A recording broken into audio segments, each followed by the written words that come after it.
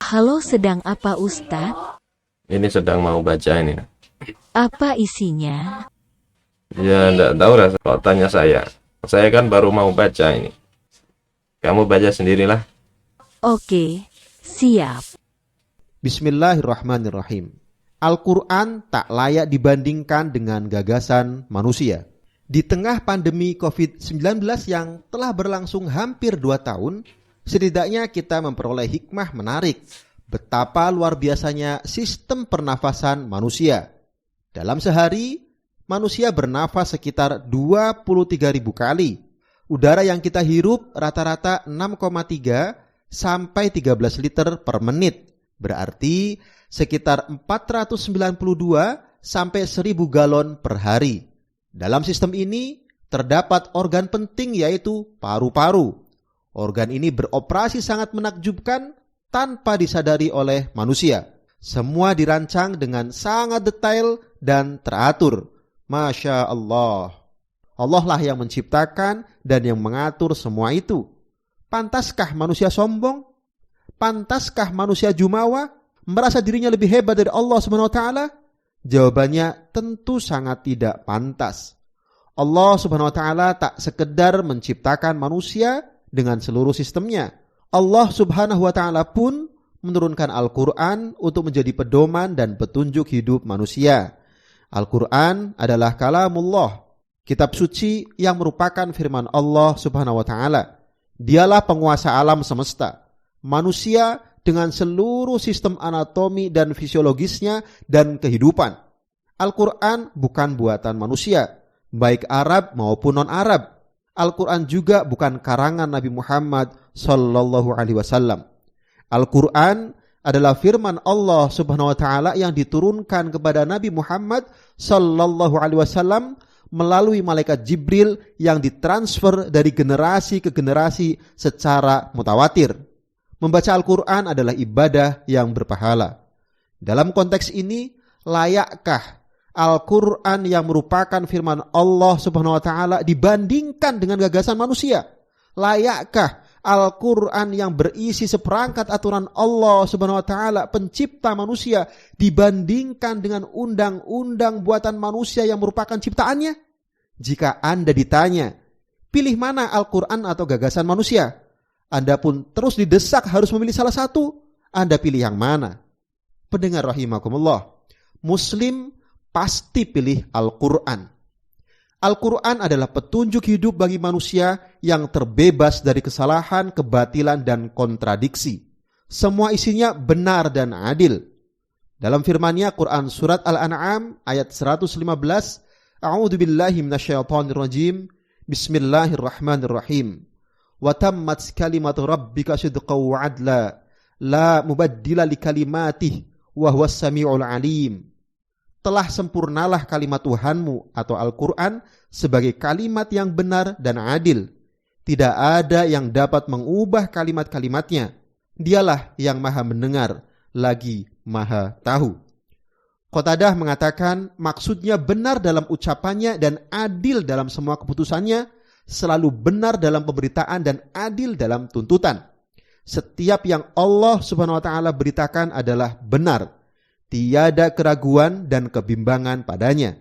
Semua yang Allah Subhanahu wa taala perintahkan adalah adil. Tiada keadilan selain keadilannya. Setiap yang Allah Subhanahu wa taala larang adalah batil. Sungguh tidak sekali-kali Allah Subhanahu wa taala melarang melainkan karena adanya mafsadat atau kerusakan pada yang Dia larang. Tafsir Ibnu Katsir jilid 3 halaman 322. Manusia sebagai makhluk berada pada kondisi tidak sempurna dan penuh keterbatasan. Sehebat-hebatnya manusia dengan akal dan pikirannya, hasilnya tetap terbatas. Dikatakan, al-insan mahalul khata' wan nisyan. Manusia itu tempat salah dan lupa. Siapa saja yang meyakini dan mengamalkan Al-Quran, dia berada di jalan yang lurus, mendapatkan pahala, ridho dan surganya.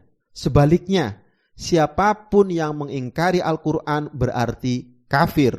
Yang berpaling dari Al-Quran tersesat. Yang mengabaikan Al-Quran mendapatkan dosa, murka, dan neraka.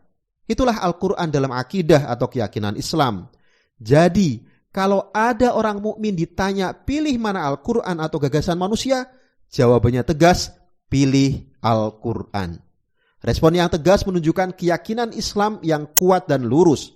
Jika ada yang menyatakan respon tegas ini dimaknai kaku, intoleran, dan radikal, maka ada persoalan pada mindset orang yang membuat pernyataan tersebut. Ketika sikap tegas lebih memilih Al-Quran dianggap sebagai indikator radikalisme, sementara radikalisme dianggap sebagai sesuatu yang buruk dan membahayakan, itu berarti menuduh Al-Quran sebagai sesuatu yang buruk dan membahayakan. Hal demikian dapat dimaknai penistaan terhadap Al-Quran. Wala'iyazbillah, sungguh sangat disesalkan. Bagaimana bisa ada orang yang mengaku beragama Islam namun justru menistakan kitab sucinya sendiri? Pendengar rahimakumullah, Al-Quran petunjuk yang sempurna. Pernahkah Anda berjalan di lorong yang gelap gulita? Pastinya Anda tak akan mampu melihat arah lorong tersebut. Tidak nyaman dan Anda pun ragu-ragu dalam melangkah. Bagaimana rasanya bila kemudian tiba-tiba ada cahaya yang menerangi lorong tersebut? Tentu Anda akan merasa bahagia dan lega karena petunjuk arahnya jadi jelas dan Anda pun yakin dalam melangkah. Demikian pula dalam hidup. Saat Anda menjalani hidup di dunia tanpa petunjuk, maka gelaplah kehidupan. Sebaliknya, saat petunjuk tersebut jelas, maka jelaslah kehidupan. Al-Quran adalah cahaya petunjuk yang menerangi kehidupan yang gelap gulita. Siapa saja yang mengabaikan Al-Quran akan terjerumus ke dalam jurang kegelapan dosa. Siapa saja yang berpegang teguh pada Al-Quran, maka ia akan selalu diliputi cahaya petunjuk dan tidak akan tersesat selamanya. Dalam sabdanya Rasulullah sallallahu alaihi wasallam, "Taraktu fikum amrayni lan tadillu ma tamassaktum bihima, kitaballah wa sunnata rasulih." Aku telah meninggalkan untuk kalian dua perkara.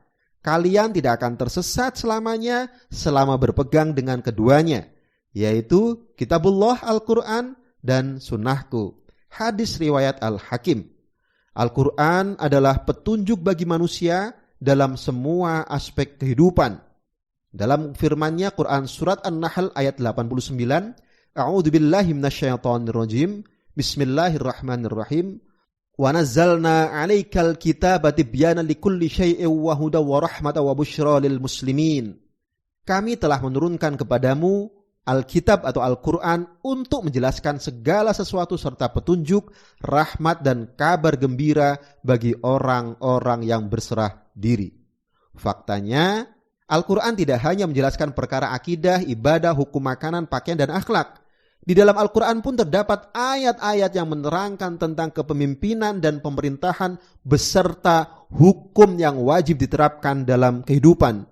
Juga tentang jihad, harta rampasan perang, sanksi bagi pencuri, pezina, dan lain-lain.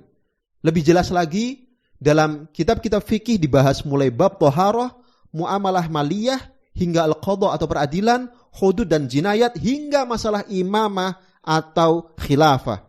Semua itu menunjukkan bahwa Islam mengatur seluruh aspek kehidupan. Semuanya wajib diterapkan secara kafah. Tak boleh diambil sebagian dan ditinggalkan sebagian. Tak boleh mengingkari ayat Al-Quran karena bisa terjatuh pada kekufuran. Oleh karena itu, sekulerisme jelas bertentangan dengan Islam dan harus ditinggalkan.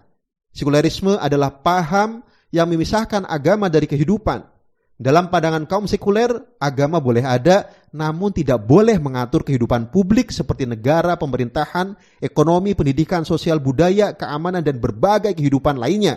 Agama dibatasi hanya untuk mengatur kehidupan privat, seperti dalam masalah ibadah, moral, dan keluarga.